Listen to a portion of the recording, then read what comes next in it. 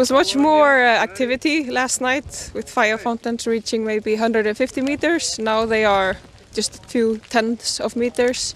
And yeah, the activity has gone down a little bit, or quite a lot, so it's very stable now.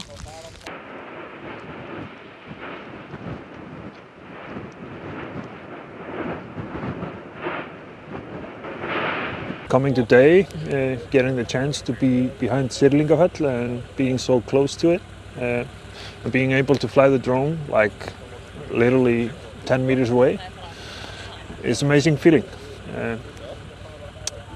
Born and raised in Grindavík, so seeing the eruption here, I think it's the best for our town because this location is like far away. Yeah.